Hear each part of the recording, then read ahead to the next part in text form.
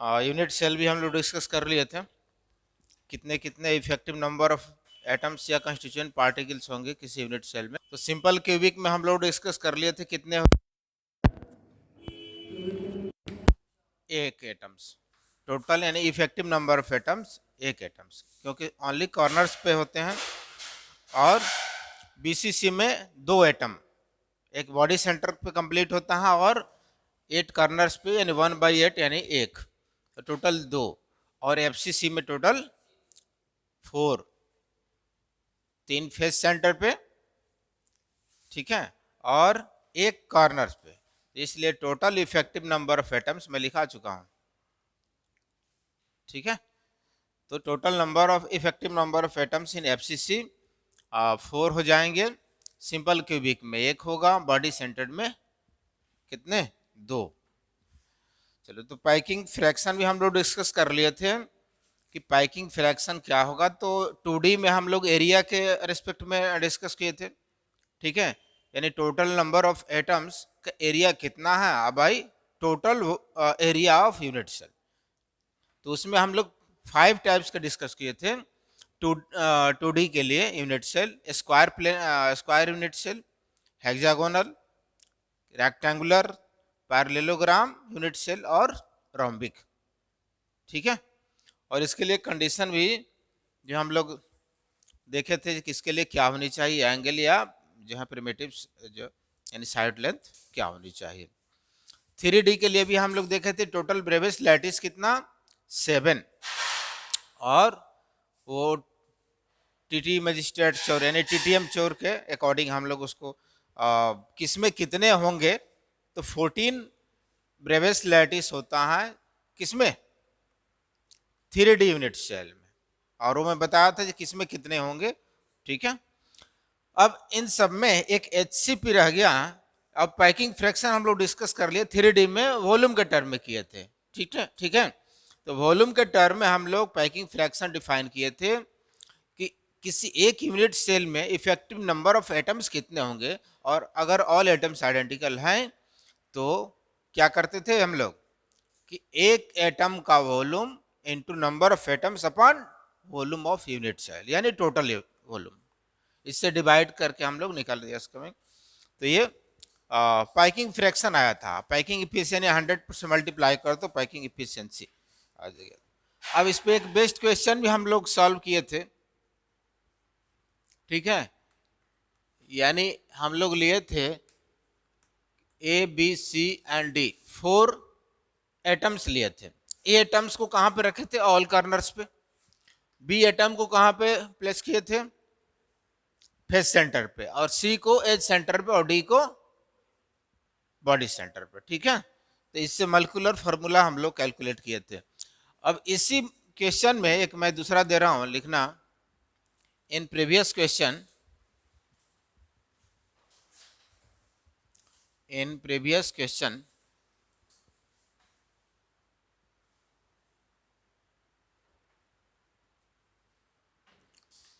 in previous question, if atom A is removed 25%, yes, atom A is removed 25%, B atom B is removed 50%, and atom C is removed 75%.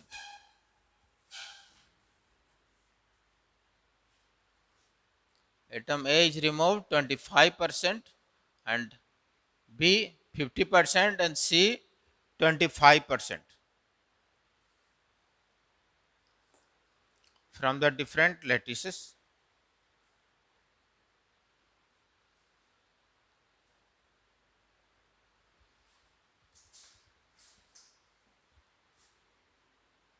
Then what is the molecular formula? What is the molecular formula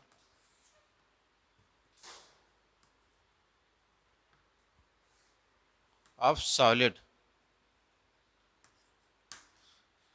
तो इससे बनने वाले जो solids होंगे unit cell, उसका molecular formula क्या होगा?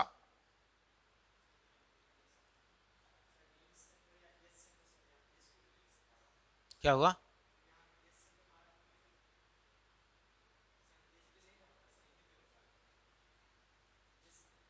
नहीं नहीं नहीं, वो एज एज एज पे रखा गया हो, ठीक है। हाँ, एंड सेंटर में कहाँ, उसमें तो अपोजिट जो है फेस पे रखा जाता है, एंड एज सेंटर पे थोड़े रखा जाता है, ठीक है। वो दिया हुआ है जो एज एज पे रखा जा रहा है, ठीक है। और यहाँ एंड सेंटर वो अलग है। चलो यहाँ देखो, ये 4 एटम्स हम लोग लिए हैं, प्रीवियस क्वेश्चन ही है। तो उसमें ए एटम को कहाँ पे रखा जाता है? ऑल कॉर्नर्स पे। बी एटम को कहाँ पे रखा गया था? ऑल फेस सेंटर पे। और सी को ऑल एज सेंटर पे, और डी को बॉडी सेंटर पे। अब उसी क्वेश्चन में बोल रहा है कि अगर ए एटम को यानी कि ऑल कॉर्नर्स पे रखा जाता है तो उसका 25% रिमूव किया जा रहा है, और बी एटम जहां पे भी रखा जा रहा है उसका 50% रिमूव कर दिया जाता है, और सी एटम्स को 75% रिमूव किया जाता है, ठीक है। तो मॉलिक्यूलर फार्मूला क्या होगी? क्या करोगे बताओ? देखो यहाँ पे, यहाँ ध्यान दो, ये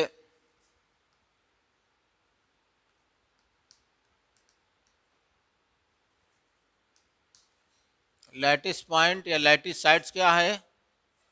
तो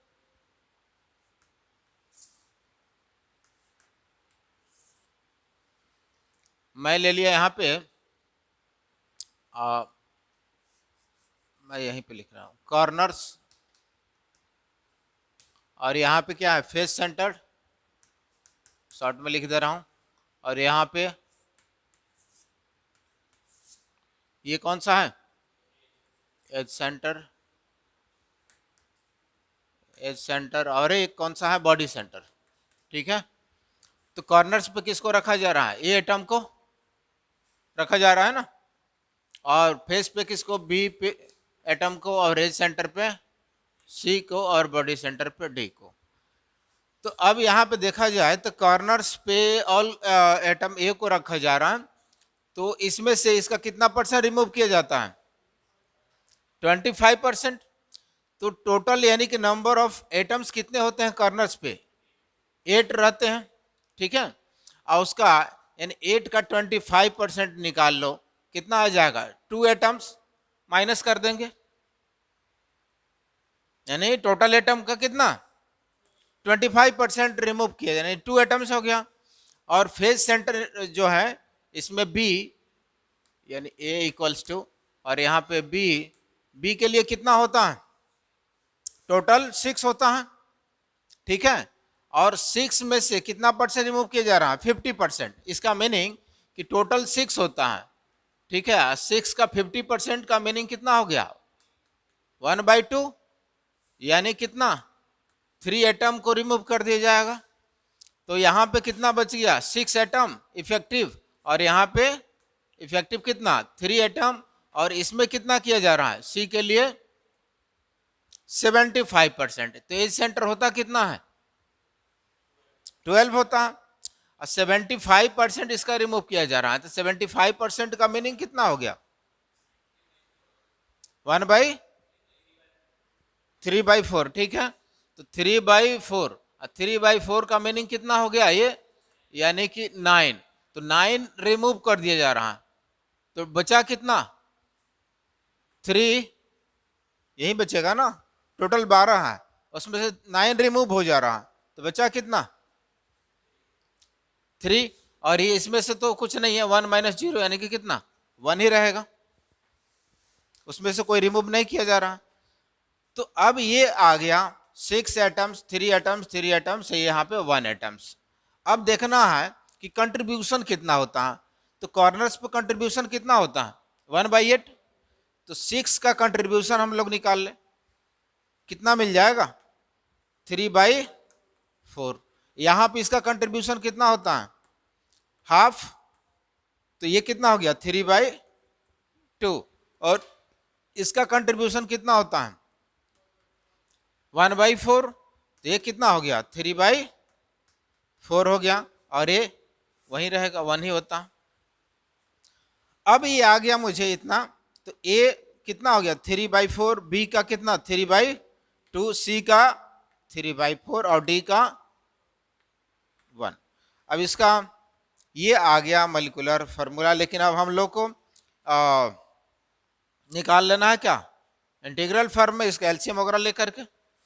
तो क्या आ जाएगा, इसमें 4 से मल्टीप्लाई कर दो, 4 से मल्टीप्लाई करेंगे 4 4 कैंसिल हो जाएगा, इन 4 एलसीएम ले लिए तो क्या बन जाएगा यहाँ पे A3 और B कितना 6, C3 और D कितना हो जाएगा 4, ये हो जाएगा।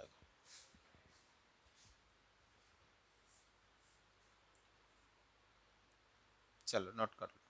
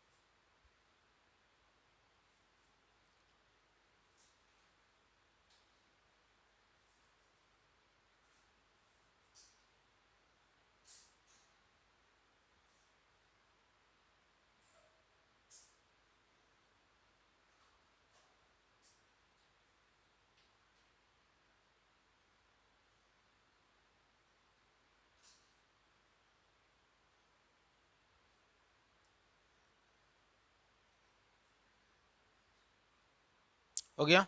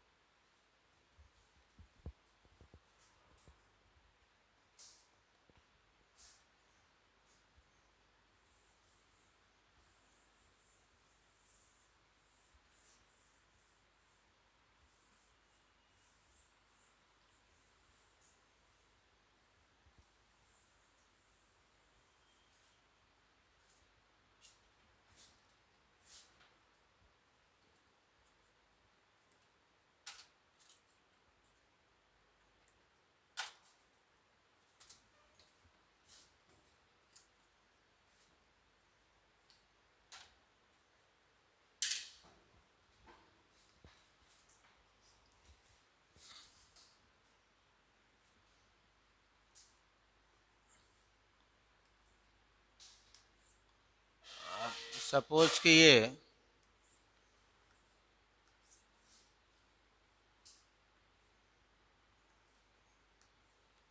ये क्यूब है,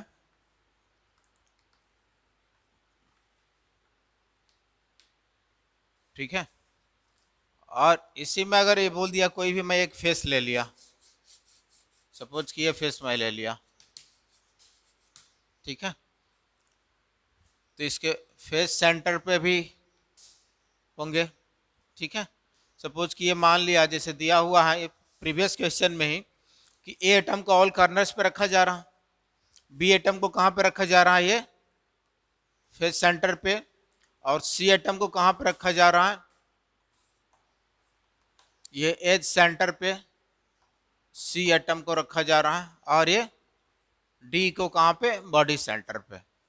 तो अब इसी क्वेश्चन में अगर ये बोल दे कि if all atoms are removed from removed along the diagonal of the one face of the cube, ठीक है, यानी ये क्यूब के एक ही फेस से जो डायगोनली जितने भी एटम्स है उसको रिमूव कर दिया जाए, तो मॉलिक्यूलर फार्मूला क्या होगा।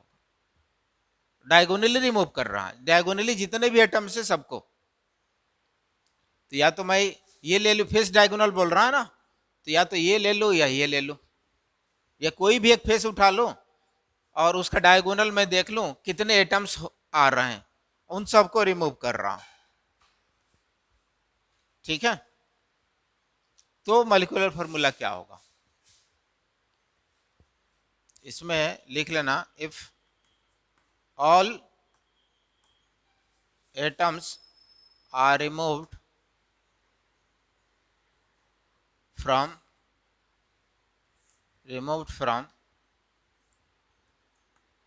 one face of Q along face diagonal,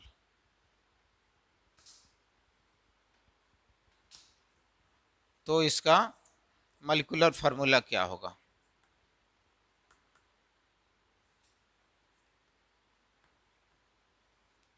what is it's molecular formula. तो इसमें क्या करेंगे, देखो तो यहाँ पे ए एटम को ऑल कॉर्नर्स पे रखा गया है, तो इसमें कॉर्नर वाले कितने एटम्स आ रहे हैं, 2 आ रहे हैं, एक और ये 2, तो टोटल 8 होते हैं, तो 8 माइनस 2 6 हो गया। बी के लिए देख लो, तो बी क्या है, फेस सेंटर पे, तो फेस सेंटर पे कितने एटम आ रहे हैं, यानी कि 6 होते हैं, 6 फेस है तो उसमें से एक आ रहा है ना इसमें कॉमन, तो 6 माइनस 1 हो गया, तो 5 रिमेनिंग। सी कहाँ पे रखे जा रहा है, एज सेंटर पे, तो क्या एज सेंटर वाले कोई एटम इसमें आ रहा है, नहीं आ रहा, तो एज सेंटर वाले उतने ही रहेंगे 12, और बॉडी सेंटर पे यानी डी के लिए 1 है, उसमें से कोई नहीं आ रहा, तो उसमें भी क्या होगा, यानी ये 12 और यहाँ भी 1। अब इफेक्टिव नंबर निकाल लेना है, तो 6 इंटू 1/8 कर लेंगे, ठीक है, ए के लिए। बी के लिए क्या हो जाएगा, 5 इंटू 1/2, और सी के लिए कितना हो जाएगा, 12 इंटू 1/4, और सिमिलरली डी के लिए तो 1 ही रहेगा, ठीक है। ये कितना आ जाएगा, 3/4, इसका आ गया 5/2, और इसका 3 आ गया, और इसका 1 रहेगा। अब इसका एलसीएम ले लो, यानी 4 से फिर मल्टीप्लाई कर दो, तो ये आ जाएगा कितना, 3, और बी का आ गया कितना, यानी कि 10, और सी का कितना आ गया 12, और डी का 4।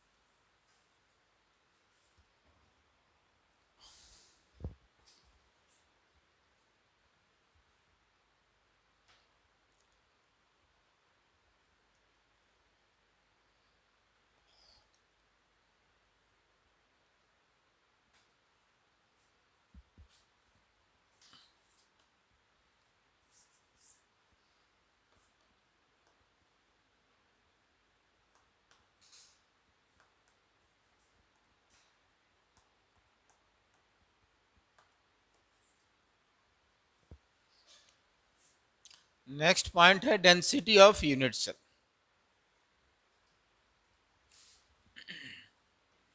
तो ऐसे डेंसिटी होता है कि मास बाय वॉल्यूम, तो यहाँ पे क्या होनी चाहिए, मास ऑफ, लिख सकते हैं यहाँ पे हम लोग,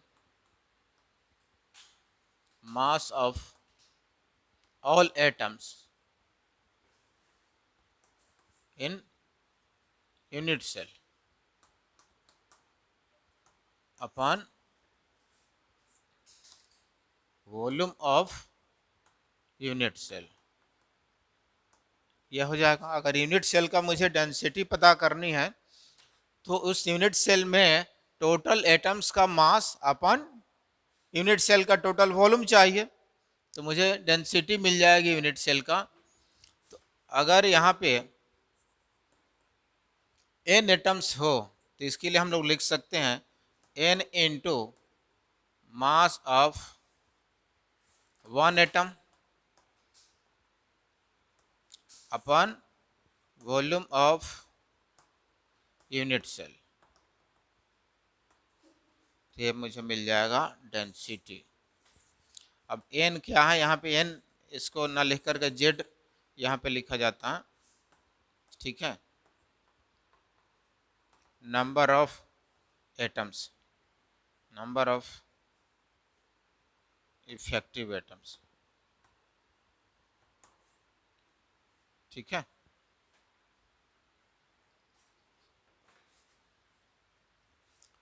और ये भी इसमें लिख लेना, if all atoms are identical.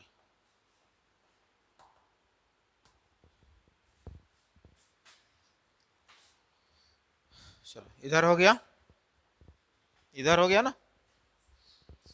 तो ऑल आइडेंटिकल एटम्स हो तो ये हम लोग फार्मूला यूज करेंगे।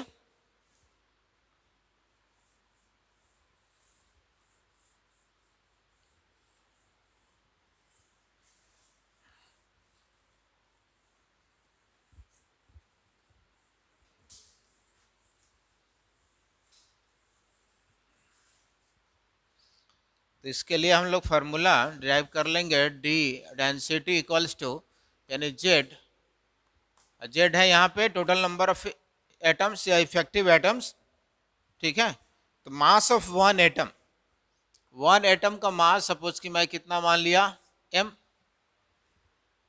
ठीक है।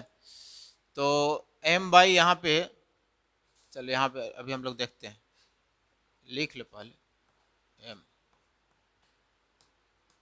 m by N A.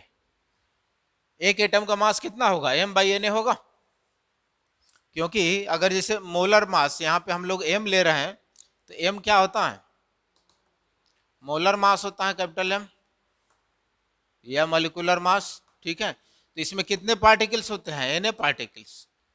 तो Na पार्टिकल्स का मोलर मास कितना है, कैपिटल M। तो एक पार्टिकल्स का कितना होगा, m बाई Na होगा। तो इसीलिए मैं क्या लिख लिया यहाँ पे, m बाई Na, ठीक है, अपन टोटल वॉल्यूम कितना हो जाएगा, वॉल्यूम V, यानी कि वॉल्यूम ऑफ यूनिट सेल, ये आ जाएगा। तो एक एटम का मास बाई टोटल वॉल्यूम, तो फाइनली ये आ जाएगा Z इंटू यानी m by V into Na, और ये D इक्वल्स टू,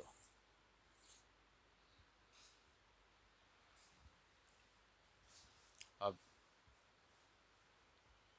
m जो है सॉरी V यूनिट सेल का वॉल्यूम हो जाएगा, Z number of effective atoms होंगे, m मास हो जाएगा, Na नंबर ऑफ पार्टिकल्स यानी एवोगाड्रो नंबर, और V वॉल्यूम। यहाँ पे मोलर मास मैं लिख चुका हूँ, Na है 6.02 इंटू 10⁻23 पार्टिकल्स, ठीक है।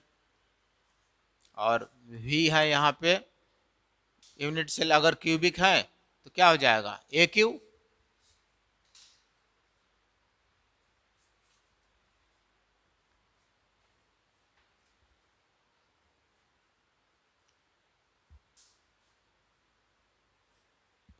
हो गया है।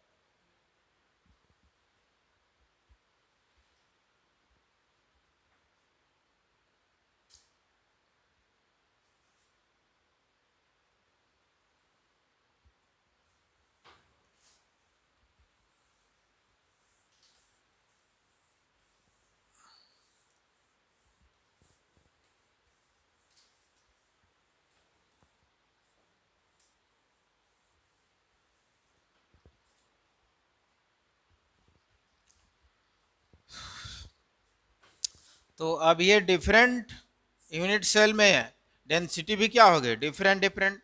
सपोज कि मैं सिंपल क्यूबिक ले लिया, सिंपल क्यूबिक सेल और प्रिमिटिव सेल। तो प्रिमिटिव सेल की डेंसिटी क्या हो जाएगी, इफेक्टिव नंबर ऑफ एटम्स कितने होते हैं जेड के जगह पे, कितना, यानी जेड इक्वल्स टू 1, तो डी हो जाएगा 1 इंटू, और मोलर मास जो भी हो अपना एम ही रखे, जैसा रहेगा एटम्स उसके अकॉर्डिंग।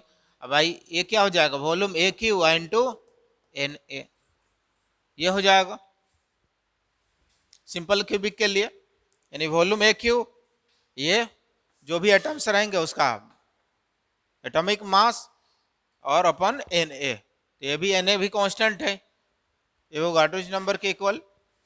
सिर्फ चेंज क्या करेगा, ये चेंज करेगा, ठीक है, यानी मोलर मास। सेकंड पॉइंट हम एफसीसी के लिए अगर देखें तो एफसीसी के लिए जेड हो जाता है 4, और डी इक्वल्स टू कितना हो जाएगा, तो 4 into M upon N A into A cube. अब ए वाले जो हैं ए क्यू सब में अलग अलग होगा कि एक्चुअली यहाँ पे सिंपल क्यूबिक में कितना हो जाता है, हम लोग देखे हैं 2r इक्वल्स टू कितना ए, तो ए इक्वल्स टू 2r यहाँ पे पुट कर लेंगे, कितना हो जाएगा, अगर रेडियस दिया हो तो ए बाई 2 कर लेंगे, रेडियस ना देगा, अगर साइड लेंथ दिया हुआ है तो हम लोग 2r कर लेंगे, ठीक है, साइड लेंथ दिया हो तो डायरेक्ट हाँ वहीं पुट कर लेंगे, रेडियस दिया हुआ है तब ए इक्वल्स टू हम 2r करके यहाँ पुट कर लेंगे, ठीक है। इसमें कितना हो जाता है, ये निकाले थे ना हम लोग, 4r इक्वल्स टू कितना, 4r इक्वल्स टू कितना हम लोग कैलकुलेट किए थे, √2a, ठीक है, 4r इक्वल्स टू √2a, एक फेस लिए थे और उसका फेस डायगोनल निकाले थे, ठीक है। तो 4r रिजल्टेंट का, और इधर √a², यानी कि √2a, तो यहां से a कितना मिल गया, यानी 4r अपन √2, ठीक है। इसको हम लोग क्या लिख सकते हैं, कंजुगेट से अगर मल्टीप्लाई कर दे तो 2 कैंसिल हो जाएगा, 2√2r, ये भी, यानी अगर रेडियस दिया हुआ है और मुझे वॉल्यूम निकालना है तो इसका ए क्यूब कर लेंगे, यहाँ पुट कर लेंगे, अगर साइड लेंथ ही दिया है तो उसका ए क्यूब कर लेंगे, ठीक है। सिंपल क्यूबिक एफसीसी और ये बीसीसी के लिए, बीसीसी में कितने जेड हो जाते हैं, 2, तो यहाँ पे डेंसिटी कितने हो जाएगी, 2 इंटू एम अपन, यहाँ पे वॉल्यूम कितना हो जाएगा, यानी कि ए क्यू इंटू एन ए, तो ए क्यू इसकी इसमें कितना हो जाएगा, यानी ए इक्वल्स टू कितना, ये भी निकाले थे हम लोग, बीसीसी में कितना आया था रेडियस, 4r इक्वल्स टू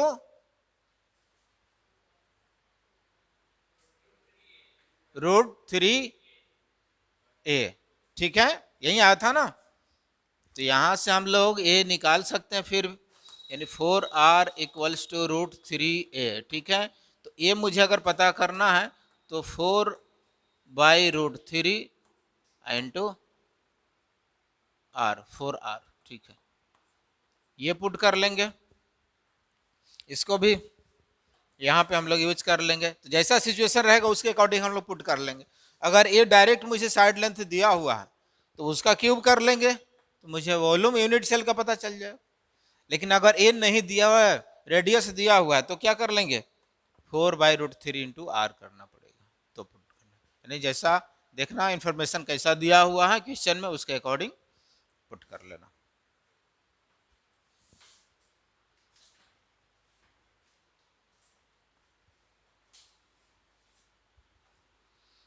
तो यूनिट सेल का ये डिफरेंट डिफरेंट यूनिट सेल में डेंसिटी है।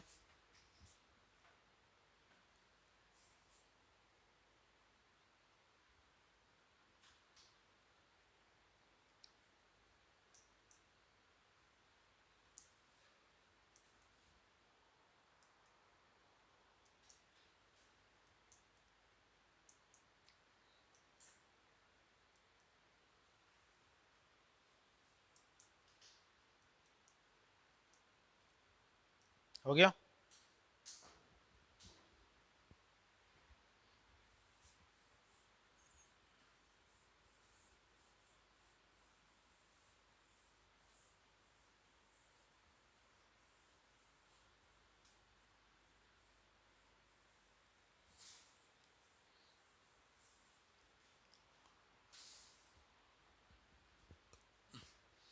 चलो एक दो क्वेश्चन इस पे लिखो,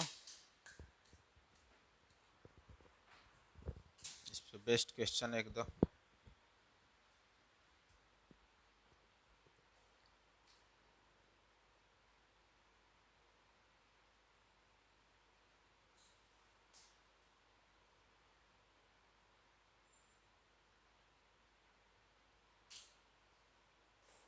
चलो एक क्वेश्चन लिखो तो। If the radius of a metal, if the radius of a metal atom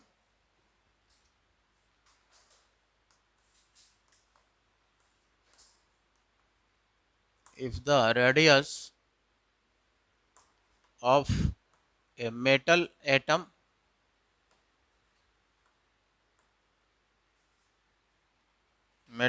is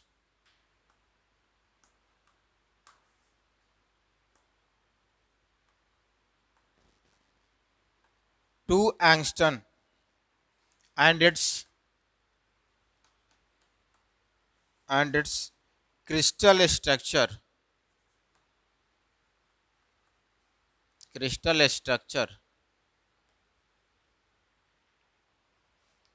in cubic closed packed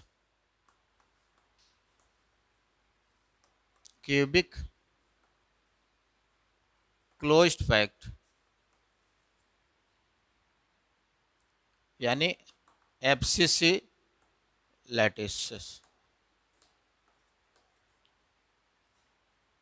What is the volume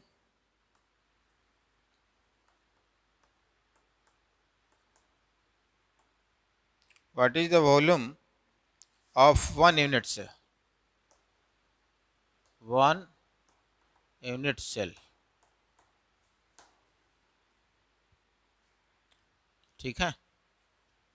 option, चलो ऑप्शन तो नहीं दिया। 1 unit सेल, और ये सेंटीमीटर क्यूब में निकालना है आंसर। क्या क्या दिया हुआ है? रेडियस दे दिया हुआ है मेटल एटम का, 2 एंगस्ट्रॉम है, और क्रिस्टल स्ट्रक्चर भी दे दिया है। कैसा स्ट्रक्चर है? FCC है। तो पूछ रहा है कि इसका वॉल्यूम कितना होगा, तो लिख लो ऑप्शन भी। फर्स्ट में दिया हुआ है 8 इंटू 10⁻⁻24, ठीक है, cm3, ये जो भी हो। बी ऑप्शन दिया हुआ है 1.60 इंटू 10⁻23, माइनस में है। और सी ऑप्शन है 1.80 इंटू 10⁻22।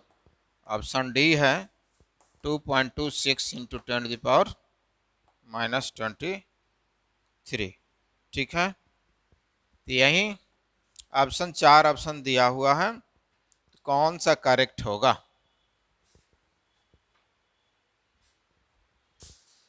आंसर किस में निकालना है? cm3 में आंसर निकालना है।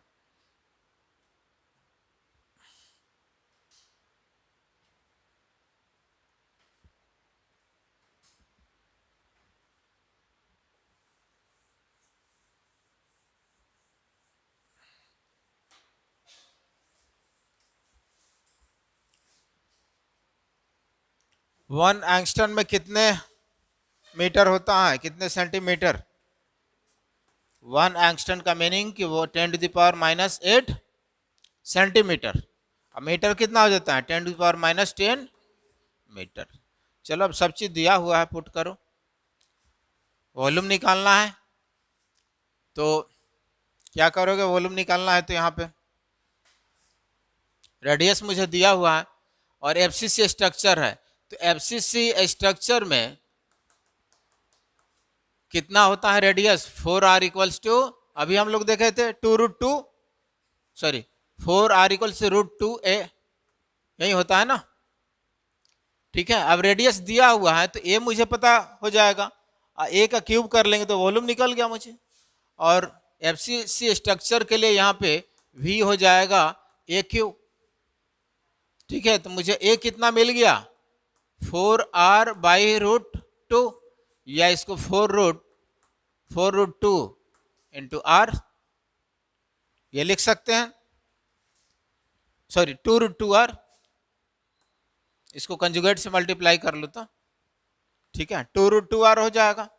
अब r दिया हुआ है तो क्या कर लेंगे, 2 और √2 का मैग्नीट्यूड कितना 1.4, सॉरी 1.414, और r कितना हो जाएगा, r कितना दिया हुआ है 2 एंगस्ट्रॉन, यहां पुट कर लो तो 2 इंटू 10⁻, सेंटीमीटर में निकालना है, यहां पे दिया हुआ है, क्या लिखेंगे -8, तो a कितना आ गया, इसको मल्टीप्लाई कर लो तो यानी कि 4, और इसको मैं √2 के ही टर्म में रहने देते हैं, तो 4√2 इंटू 10⁻⁻8, ठीक है, ये आ गया मुझे a सेंटीमीटर में। अब a क्यूब कर लो, a क्यूब करोगे तो a कितना आ जाएगा, 4 का क्यूब करेंगे कितना 64, ठीक है, और 64 और √2 का क्यूब करेंगे तो 2√2 आएगा, इंटू 10⁻, इसका करोगे तो कितना 24 आ जाएगा। इधर क्यूब किए तो इधर भी क्यूब कर लिए। अब ये कितना हो गया 128 इंटू 1.41 इंटू 10⁻⁻24। चलो इसको मल्टीप्लाई करो, कितना आ रहा है, इन दोनों को मल्टीप्लाई करो,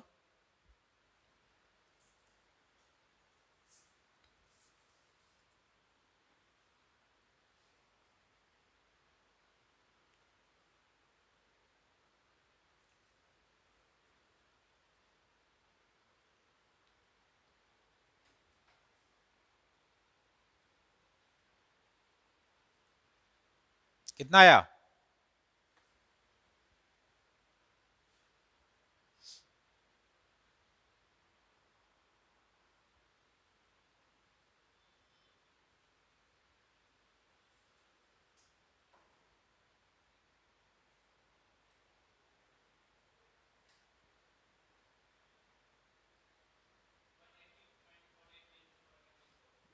कितना, हाँ 180 पॉइंट, ठीक है, इंटू 10⁻⁻24, यही ना, ठीक है। अब इसमें देखना है ये कौन सा है, तो 180 में सी आ रहा है लेकिन 22 है उसका पावर में माइनस में, तो 2 पॉइंट इधर किसका देंगे लेफ्ट में, तो 1.80 इंटू 10⁻⁻22, ठीक है, CM3, तो ऑप्शन हो जाएगा सी।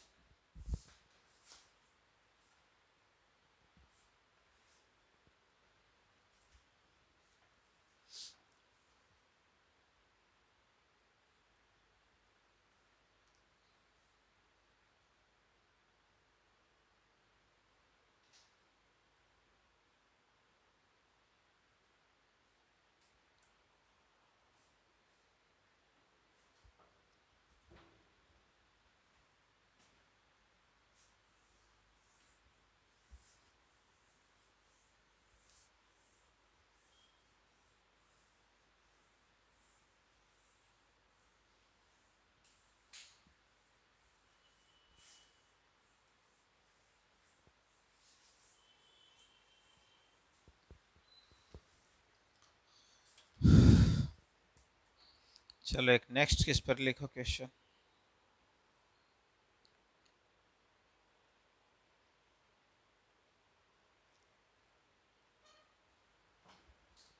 लिखो,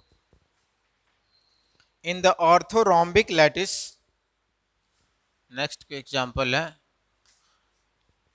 in the orthorhombic lattice of sulphur, ortho ortho orthorhombic बताया था ना, 3D में ऑर्थोरोम्बिक में बताया था, मैक्सिमम जो है लैटिसेस इसी में होते हैं 4। तो लिखो in the orthorhombic lattices of sulphur, lattice of sulphur,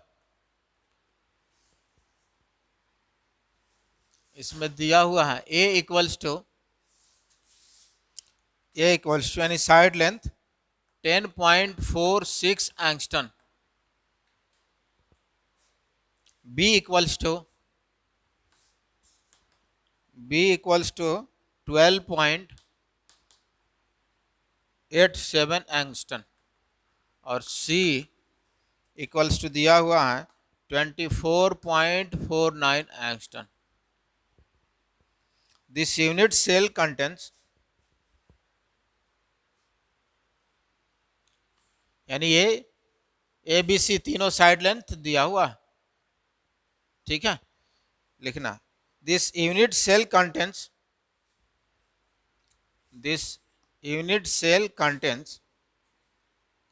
128 atoms,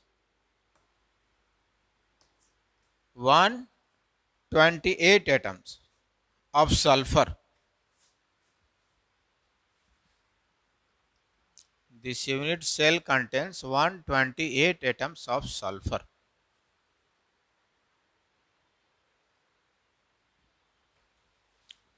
Then calculate its density.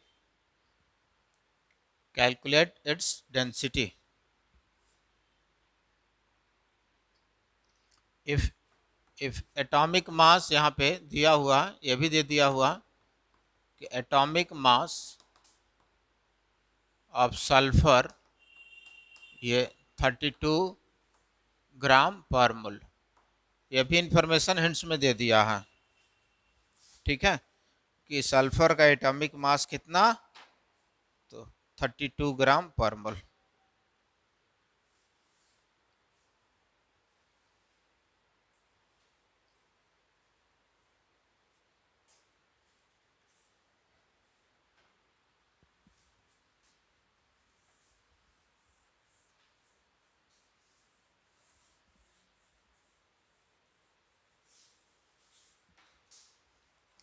चलो इसका डेंसिटी कैलकुलेट करनी है। Already total number of atoms भी दिया हुआ है। डेंसिटी के लिए हम लोग क्या रिलेशन देखे थे, जेड इनटू क्या, molar mass upon volume into कितना, एवोगाड्रो नंबर। तो ऑलरेडी जेड दिया हुआ कितना 128 एटम्स, ये मॉलिक्यूलर मास भी दे दिया हुआ है यहाँ पे 32 ग्राम एन एटॉमिक मास, ठीक है। वॉल्यूम कैलकुलेट कर लेनी है, वॉल्यूम यहां से निकल जाएगा, साइड लेंथ दिया हुआ है, ए बी सी का प्रोडक्ट निकाल लें, क्या जाएगा वॉल्यूम, उसके बाद ये एन ए, ये भी कांस्टेंट है, कैलकुलेट करो 128 इंटू मास जो है 32 और यहाँ पे कितना वॉल्यूम ए क्यू। अब ए क्यू यहाँ पे ना होकर के ए बी सी तीनों अलग अलग है, A B C into 6.02 into 10⁻23। चलो इसी को कैलकुलेट कर लेना, हो जाएगा। यानी ए क्यू एक्चुअली यहाँ पे ऑर्थोरोम्बिक में 4 तरह के आते हैं पॉसिबल अरेंजमेंट्स, ठीक है, एबीसी के अकॉर्डिंग, किसी में साइड तीनों डिफरेंट होगा, किसी में सिमिलर होगा, किसी में कुछ होगा, उसके बेस पे तो यहाँ से वॉल्यूम निकल जाएगा। अब ए क्यू ना लिख करके यहाँ ए बी सी लिखा गया क्योंकि तीनों अलग अलग है, ठीक है, तो ये वॉल्यूम है, कैलकुलेट कर लो आ जाएगा, कितना आ जाएगा 128 32 अपन ए बी का ए का प्रोडक्ट दिया हुआ है मैग्नीट्यूड 46 इंटू ए हो जाएगा 12.87 और ये दिया हुआ 24.49, ठीक है, इंटू 6.02 और ये पावर में ऊपर ये चला आया, इसको अप्रॉक्स कर लो, इसको 10.5 कर लो, इसको 12 पॉइंट यानी इसको 13 भी कर सकते हो, 12.86 है 7 है, इसको 24.5 भी कर सकते हो अप्रॉक्सीमेट।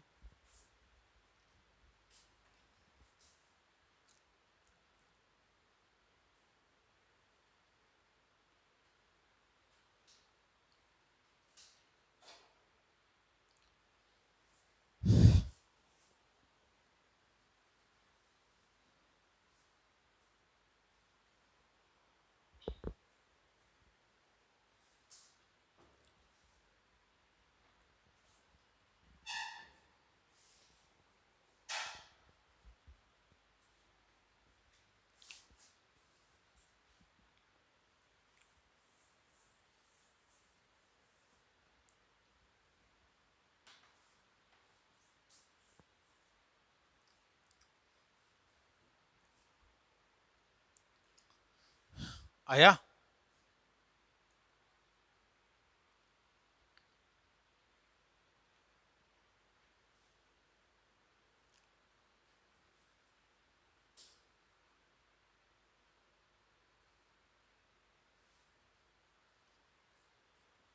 चलो हो गया। अगला पॉइंट देखते हैं हम लोग, इसको सॉल्व कर लेना। नेक्स्ट पॉइंट हम लोग कोऑर्डिनेशन नंबर।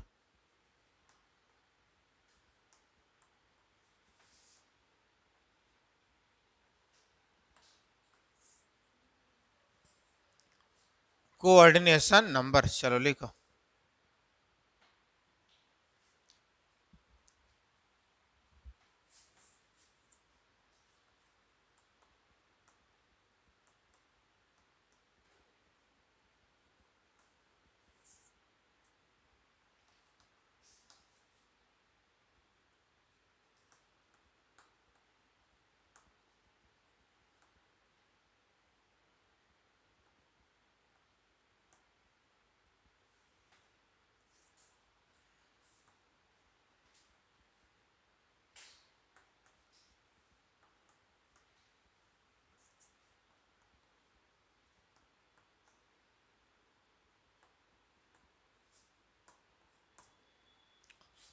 ठीक है, तो किसी पार्टिकुलर एटम के अराउंड टोटल कितने एटम सराउंडिंग किया हुआ है, या नियरेस्ट एटम कितने हैं, ठीक है, उसी को हम लोग बोलते हैं कोऑर्डिनेशन नंबर। ये सराउंडिंग एटम्स को हम लोग नियरेस्ट एटम्स भी बोल सकते हैं, नियरेस्ट एटम।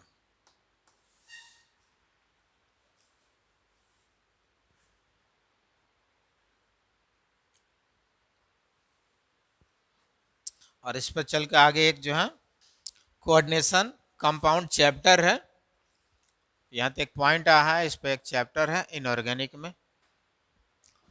तो एज फॉर एग्जांपल देखो यहाँ पे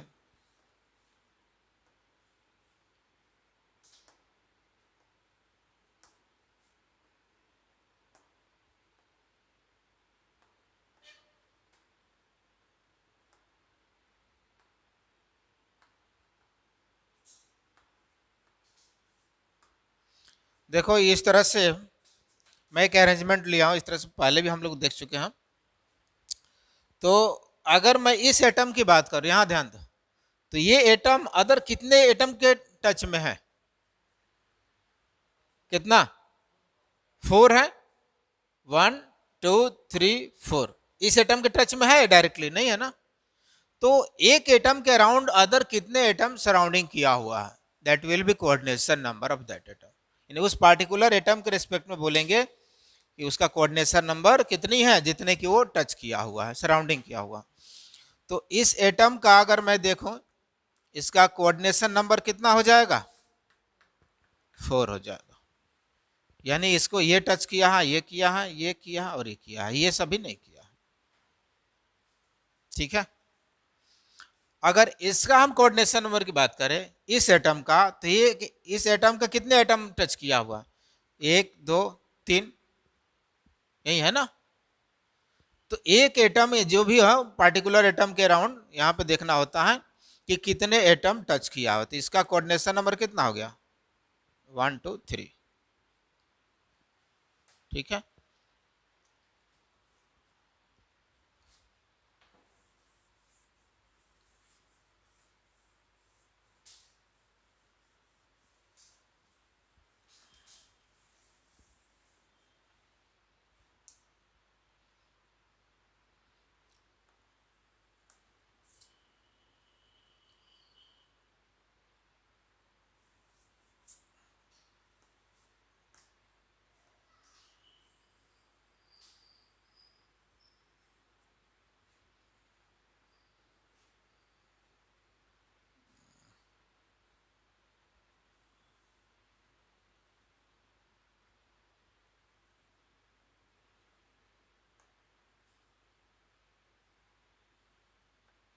अब देखो तो यहाँ पे ये मैं अरेंजमेंट लिया हूँ 3 एटम का, और बीच में क्या आ रहा है, वॉइड स्पेस, और इसमें एक छोटा सा एटम मैं रख लिया, ठीक है। अब बताओ इस छोटे एटम का कोऑर्डिनेशन नंबर कितना होगा? 3 है, उसको कितने एटम टच करने वाला है? 3, तो इसका कोऑर्डिनेशन नंबर 3 हुआ। ठीक है, तो कोऑर्डिनेशन नंबर हम लोग इसका ये भी है प्रॉपर्टीज की, अगर ये एटम का साइज यानी एटॉमिक साइज इंक्रीज कर जाए तो कोऑर्डिनेशन नंबर भी क्या होगा? इंक्रीज कर जाएगा।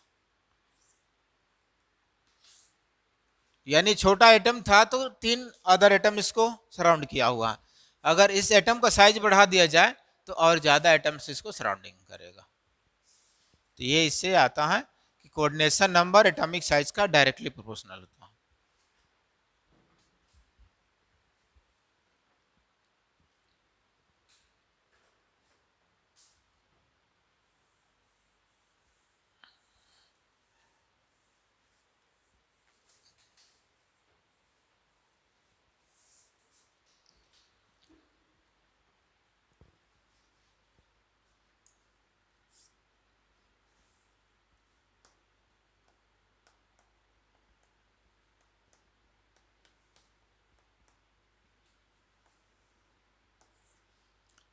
अब बताओ प्रिमिटिव सेल में कोऑर्डिनेशन नंबर कितने होंगे?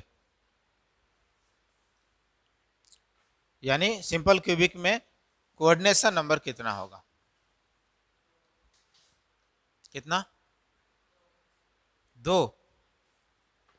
नहीं, प्रिमिटिव सेल में हम लोग क्या देखे थे कि प्रिमिटिव सेल ऐसे, इसमें कोऑर्डिनेशन नंबर 6 होगा। और देखो यहाँ पे इसका स्ट्रक्चर बनाना पड़ेगा। ये है, इसमें एटम्स को सिर्फ कहाँ पे रखा जाता है? ओनली एट कॉर्नर्स, नहीं रखा जाता है ना, सिर्फ और सिर्फ कॉर्नर्स पे रखा जाता है प्रिमिटिव सेल में। तो इसमें देखना है कोऑर्डिनेशन नंबर, यानी एक एटम को अदर कितने एटम टच करने वाला है। ठीक है, एक एटम को कितने अदर एटम टच करने वाला। तो इसमें जो भी एटम्स होते हैं एक दूसरे के टच में रहते हैं, यानी इसका अरेंजमेंट इस तरह से, कोई एक फेस में ले लिया और एक फेस पे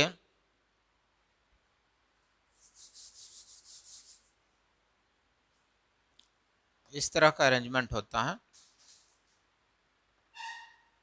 ठीक है, एक दूसरे के टच में रहते हैं यहाँ पे,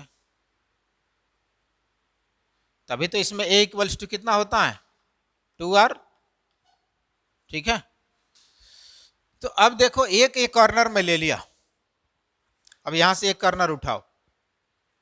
ठीक है, तो इसी को मान लो ये क्यूब है, ये कॉर्नर ये ले लो, यहां पे एक एटम रखा हुआ, तो वो एटम ऐसे कांटेक्ट में, यानी इसका कंट्रीब्यूशन तो होता है 1/8 कॉर्नर्स वाले का, लेकिन एक एटम के टच में कितने अदर एटम्स है वो मुझे देखना है।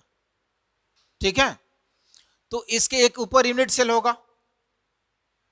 ठीक है, इस एटम के टच में एक ऊपर यूनिट सेल में होगा ना एटम जो इसका टच में है, जो यहाँ पे ऐसे रहता है ना, A इक्वल्स टू 2R है। ठीक है, तो एक ऊपर वाले पे है, एक उधर वाले पे होगा, यानी ऐसे देख लो, यहां ध्यान दो,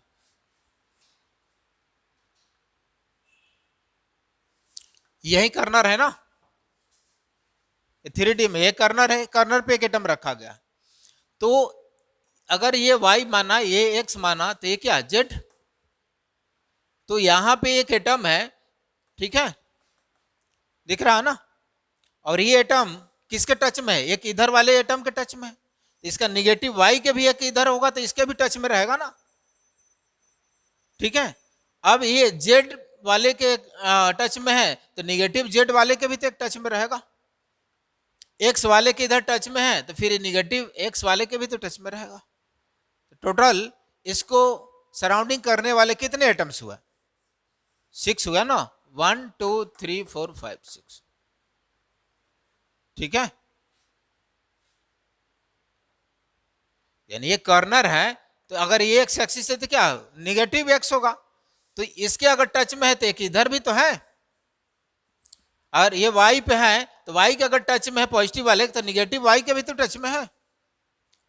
उसी तरह से ये z के टच में है तो इधर निगेटिव z वाले के भी टच में है। ठीक है, तो टोटल कोऑर्डिनेशन नंबर यानी टोटल सराउंडिंग करने वाले सिंपल क्यूबिक में या प्रिमिटिव सेल में एक एटम के अराउंड कितने 6, तो इसलिए इसमें कोऑर्डिनेशन नंबर कितना होगा 6 होगा। ठीक है, तो यहाँ पे भी दिखा सकते हो, यहीं पे दिखा दो। सपोज कि ये अगर एटम ले रहे हो तो एक इधर होगा एटम टच में, ठीक है, एक इसके टच में रहेगा, ये वाले इसका है, तो एक इधर वाले टच में है, एक इधर वाले, फिर एक इसके टच में है तो एक इधर भी टच में रहेगा। ठीक है, एक इसके टच में है तो इधर भी एक एटम है ना टच में रहेगा। तो टोटल कितना 1 2 3 4 5 6। ठीक है, 1 2 3 4 5 6, इसलिए उसका कोऑर्डिनेशन नंबर 6 हो जाएगा। तो यहाँ पे इसका कोऑर्डिनेशन नंबर 6।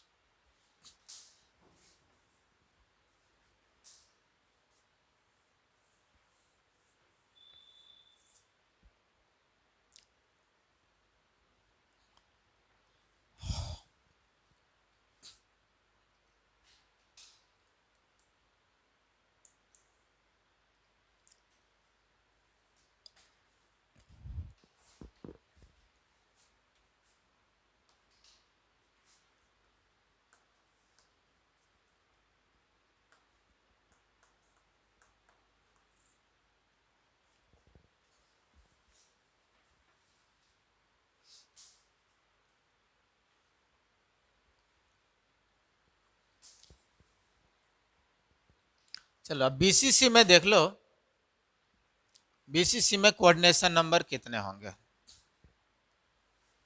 अच्छा, इसमें आप टाइप ऑफ लेयर भी डिफाइन कर सकते, आगे हम लोग करेंगे करके, पहले यहाँ पे देख लो इन बीसीसी क्रिस्टल।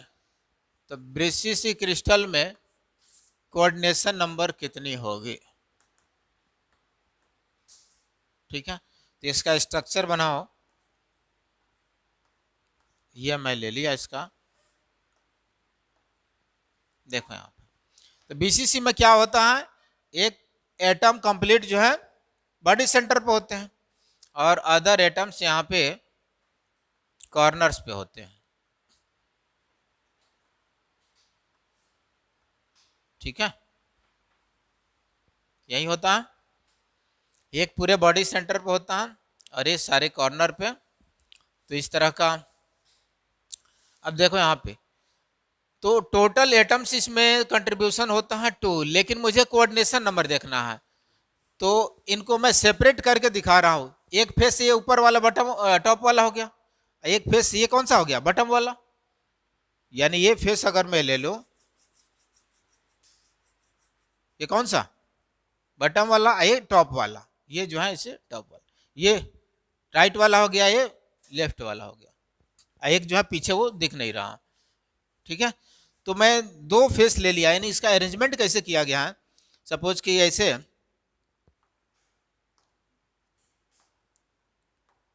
देखो यहाँ पे ऐसे लेयर बनाया गया। ठीक है, 1D का, तो ये सिमेट्रिक है, एक एटम के ऊपर जस्ट दूसरा एटम रखा गया है। लेकिन इसमें जो अरेंजमेंट है यहाँ पे ये टच में नहीं है। यहाँ पे कहने का मीनिंग कि A इक्वल्स टू 2R नहीं होंगे इस केस में। यहाँ पे लग रहा है जो है, लेकिन अब क्या किया गया जी, ये वाइड स्पेस आ रहा है ना, इस वाइड स्पेस के ऊपर एक एटम ला करके रख दिया गया। ठीक है, यानी इस वाइड स्पेस के ऊपर अगर हम लोग रख दे इस तरह से, ये ला करके एटम को यहाँ पर रख दे, थोड़ा सा फोर्स लगा दे, तो क्या ये अपने एक दूसरे कांटेक्ट में रहेंगे, खिसक जाएंगे ना। यानी वाइड स्पेस में इसको रखना है, तो इसके ऊपर ला कर, यानी वाइड स्पेस में मैं थोड़ा सा फोर्स लगा दिया तो ये अपने जो है कांटेक्ट से खिसक जाएंगे। यानी इनकी जो है इस तरह से अरेंजमेंट हो जाएगी, ये अलग अलग हो जाएंगे और इस पे ये वाइड स्पेस पे क्या है एक एटम है। आया समझ में। और इसी तरह का जो है दूसरा ऊपर से एक वो टॉप वाला मैं पोजीशन देख रहा हूँ, लेयर देख रहा हूँ, तो टॉप वाला जो लेयर वैसा ही मैं ला करके इस पर रख दिया तो कैसा बन गया, यानी इस एटम को कांटेक्ट करने वाले, सराउंडिंग करने वाले कितने एटम्स हो गए? 8 एटम। नीचे वाले 4 के कांटेक्ट में है और 4 ऊपर आ जा रहे हैं, तो कितने कांटेक्ट में आए? 8 हुआ ना। तो इनका कोऑर्डिनेशन नंबर कितना हो जाएगा? बीसीसी में 8 हो जाएंगे। ठीक है, यानी ये इसके कांटेक्ट में है 1 2 3 और 4, और फिर ये इसको ला करके ऊपर से हम रख दे इसके ऊपर, तो टोटल जो है बीसीसी में 8 कोऑर्डिनेशन नंबर आ जाएगा। चलो नोट कर लो।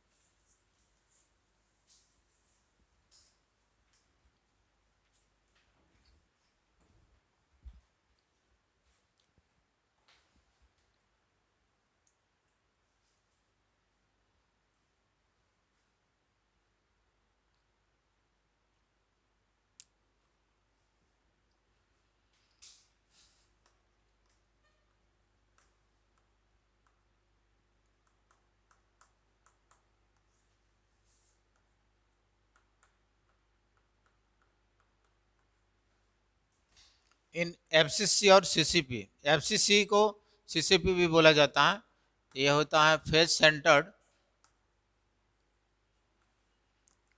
क्यूबिक यूनिट सेल, और इसको बोलते हैं cubic closed packed, cubic closed packed crystal या यूनिट सेल,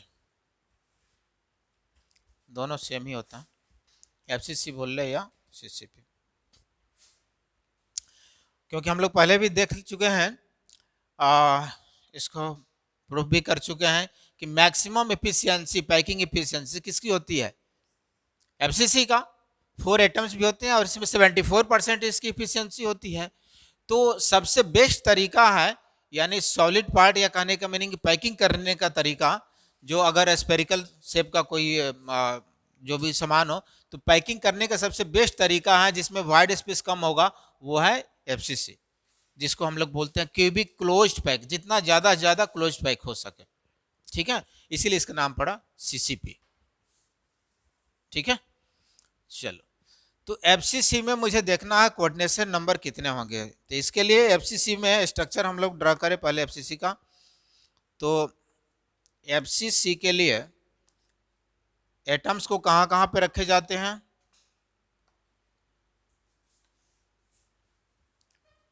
कॉर्नर्स और फेस सेंटर पे। ठीक है, तो ये कॉर्नर्स पे रखे जाते हैं और फेस सेंटर पे रखे जाते हैं। तो सिमिलर यहां से भी अगर इन दोनों को मैं अलग अलग करूं, सेपरेट करूं, तो एक टॉप वाला फेस में ले लिया, एक बॉटम वाला ले लिया, तो ये भी एटम्स चारों क्या है? एक दूसरे के कांटेक्ट में नहीं है, टच में नहीं रहेंगे। ठीक है, ये किसके टच में है? मैं एक फेस उठा लिया, कोई भी एक फेस, सपोज कि ये फेस मैं उठा लिया। ठीक है, तो फेस डायगोनल पे हम लोग जहां पे मिलाते हैं, जहां पे कट करता है, इंटरसेक्ट करता है, उस पे उसको हम लोग फेस सेंटर मानते हैं। अब फेस सेंटर पे क्या होते हैं? एफसीसी में एटम्स रखे जाते हैं फेस सेंटर पे और ऑल कॉर्नर्स पे। तो एक फेस में कोई भी उठा लिया इस तरह से, इसका डायगोनल मैं ले लिया, तो डायगोनल यानी बॉडी सेंटर पे एक एटम्स होते हैं और यहाँ पे इनका अरेंजमेंट ऐसे होता है। ठीक है, यानी ये अगर मैं देखूं यहाँ पे, तो ये इसके टच में रहते हैं, लेकिन ये आपस में टच में नहीं है। ठीक है, जिस तरह से बीसीसी में हम लोग देखे हैं कि ये जो है कॉर्नर्स पे जो एटम्स हैं सिंपल क्यूबिक में एक दूसरे के टच में थे, लेकिन बीसीसी में नहीं होगा और एफसीसी में भी नहीं होगा। ये बॉडी जो हम लोग फेस देख रहे हैं, फेस सेंटर वाले एटम के टच में रहते हैं डायगोनल वाले एटम्स। ठीक है, तो चलो यहाँ पे नोट करो पहले इसको। तो फेस सेंटर टोटल कितने हो जाएंगे, 6 फेस है ना। चलो मैं ये लिखो, यहाँ पे मैं दूसरा दिखा रहा हूँ।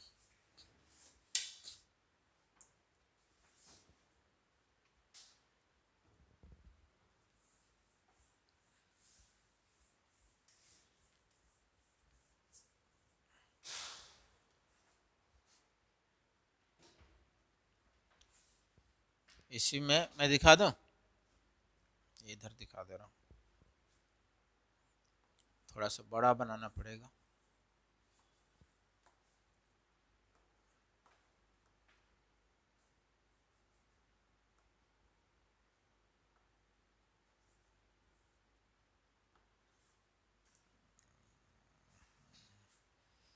तिरछा हो गया।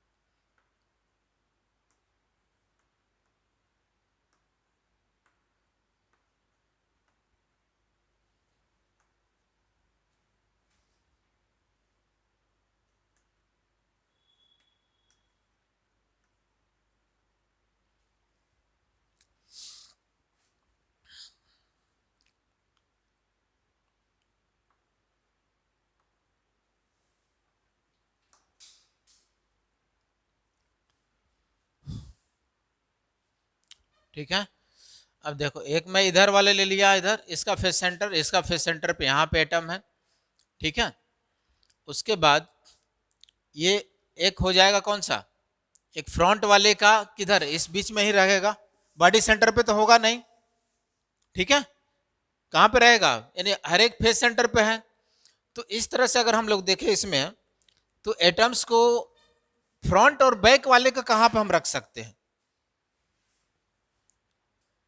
इसी में दिखाना पड़ेगा ना, क्योंकि एक फ्रंट जो फेस है, फ्रंट फेस ये होगा, ये होगा सामने वाला, इसके बैक वाला जो दिख नहीं रहा, तो उसका भी हम लोग सेंटर कहाँ दिखाएंगे, इसी में दिखाएंगे ना। तो इस तरह से अगर हम लोग इसको अरेंज कर दे, यहाँ पे मैं दिखा दिया, और दूसरा यहाँ पे दिखा दिया। ठीक है, ये इसका भी सेंटर होगा, इसका यहाँ पे रहेगा। ठीक है, फिर इसका इधर रहेगा, ऐसे रहेगा सर, हर एक फेस का जो है फेस सेंटर। तो अब इसमें देखो, कोऑर्डिनेशन नंबर मुझे देखना है कि एक एटम का कोऑर्डिनेशन नंबर कितना होगा एफसीसी के केस में। तो कैसे निकालेंगे, इसमें भी जो कॉर्नर्स वाले एटम्स है एक दूसरे के कांटेक्ट में नहीं है, ये किसके कांटेक्ट में है, नहीं ये एटम इसके कांटेक्ट में, इसके कांटेक्ट में, इसमें है और इसमें है, डायगोनली अपोजिट एटम के साथ में क्या है, कांटेक्ट में है। तो ये एटम का अगर मैं देखूं तो इसके साथ कांटेक्ट में है, और इसके साथ भी डायगोनल वाले के अपोजिट के साथ कांटेक्ट में। तो कितने कांटेक्ट में, 4 के कांटेक्ट में आया, आया ना, यानी ये एटम 4 के कांटेक्ट में है। अब इसके ऊपर भी तो एक यूनिट सेल होगा, होगा, इसके ऊपर भी एक यूनिट सेल है, तो उन चारों के भी कांटेक्ट में रहेगा। तो कितने हुआ, 8, अब प्लस इनको मिला दो, इनको मिलाओ, ये भी आपस में क्या है, ये इसके कांटेक्ट में है, ये इसके कांटेक्ट में है, ये चारों आपस में क्या है, कांटेक्ट में है। इसके ऊपर ये है, इसके ऊपर एक दूसरा यूनिट सेल, तो टोटल कितने कांटेक्ट में आए, एक एटम को सराउंडिंग करने वाले कितने एटम्स हो गए, 12 हो गया ना। टोटल एफसीसी में 12 कोऑर्डिनेशन नंबर होगा। ठीक है, यहाँ पे कोऑर्डिनेशन नंबर 12 हो गया।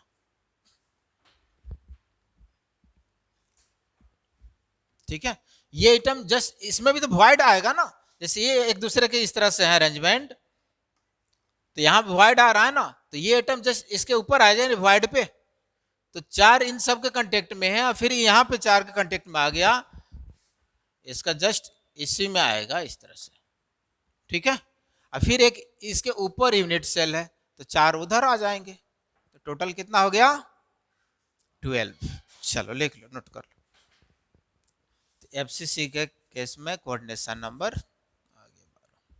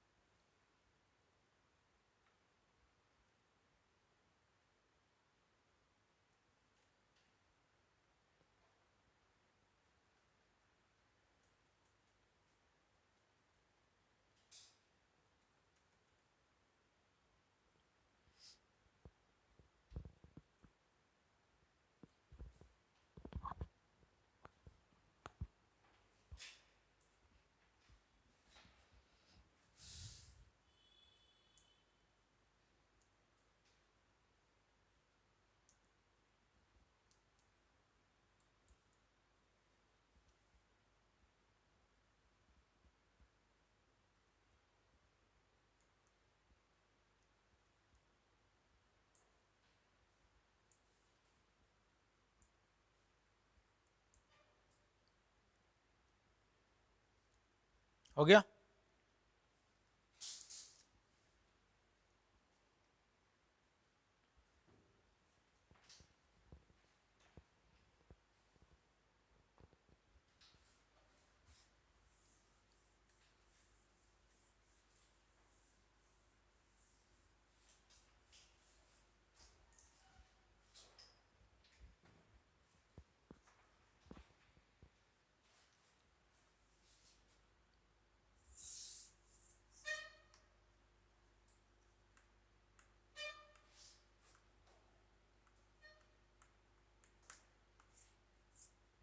एचसीपी यूनिट सेल, एचसीपी होता है हेक्सागोनल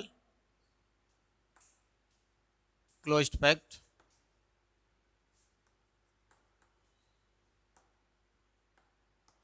ठीक है, हेक्सागोनल क्लोज्ड पैक्ट।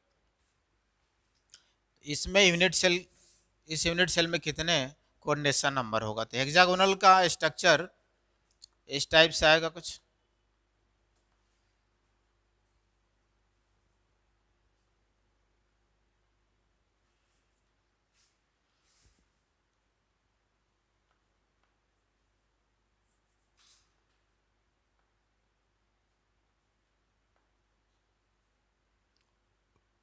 ठीक है।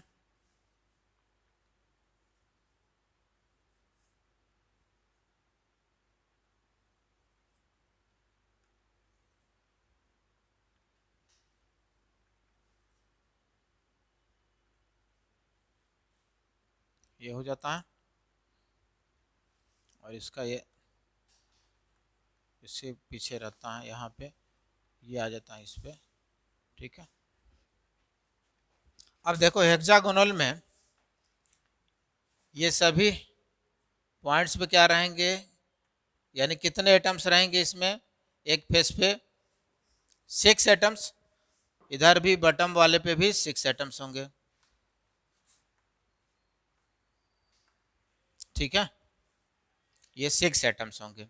और इसके फेस पे भी एक एक एटम्स, तो यहाँ पे एक एटम्स और एक एटम्स यहाँ पे, तो इस एटम के यानी इस फेस का ये सेंटर है, तो ये वाले एटम जो हैं इन सबके टच में रहेंगे, यानी इसके टच में भी, इसके इन 6 जो हैं जो दिख रहा है सबके टच में रहेंगे। ठीक है, तो एक एटम को इसको कितने टच करने वाला है? 6। ठीक है, अब इसका एक इधर आता है इस पे, ये भी तो फेस है, तो यहाँ कॉमनली होता है यानी कि 2 पे 1 होता है, तो यहाँ पे 1 और एक ऐसे, और ये, तो ये 100% कंट्रीब्यूट करता है यहाँ पे इस तरह से। ठीक है, और इसके वॉइड पे ये जो वॉइड आ रहा है तीनों के, तीनों एक दूसरे के टच में है। ये इसका अरेंजमेंट इस तरह से है, इसका जो अरेंजमेंट हम लोग देख रहे हैं यहाँ पे, ये इस तरह से नहीं है। ठीक है, ये कंप्लीटली एक दूसरे के ऐसे टच में है। ठीक है, इस तरह का है, ऐसा नहीं है। तो यहाँ पे वॉइड स्पेस आ रहा है, और इस वॉइड स्पेस पे ये जो है इसका यहाँ पे आ रहा है अरेंजमेंट। ठीक है, यानी जस्ट ये इसके ऊपर आकर के अरेंज होगा इसके वॉइड पे। तो ये अदर 6 यानी इसके 6 के कांटेक्ट में है, इन तीनों कांटेक्ट में है, तो कितना हुआ? 9। इसके ऊपर एक यूनिट सेल जो इस 6 तरह का आएंगे, 6 एटम्स आएंगे इसी तरह का फेस। ठीक है, तो अब ये इसके जस्ट ऊपर जो आएंगे ये 6 वाले, मतलब इसी तरह का फेस आएगा, तो वो भी उसमें भी इस तरह का एक बनेगा जो इसके जस्ट ऊपर जाएगा। तो कितना हुआ? ये 6, 3 अब प्लस फिर अदर ऊपर वाला जो आएगा तो यही रिपीट करेगा ना, ये तो कॉमन हो गया। तो रिपीट करने वाला कौन सा है? यही 3। तो इसका मीनिंग टोटल कितना हो गया? कोऑर्डिनेशन नंबर 3 + 6 + 3 कितना हो गया? 12, यानी HCP में भी कोऑर्डिनेशन नंबर 12। इसका भी एक ऊपर दिखा दो इस तरह से, ये रहेगा।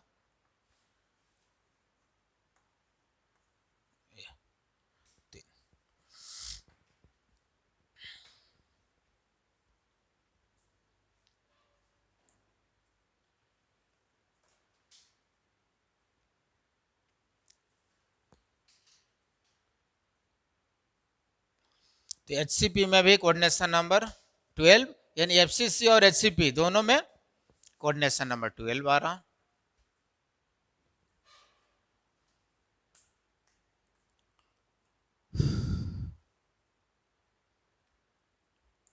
चलो।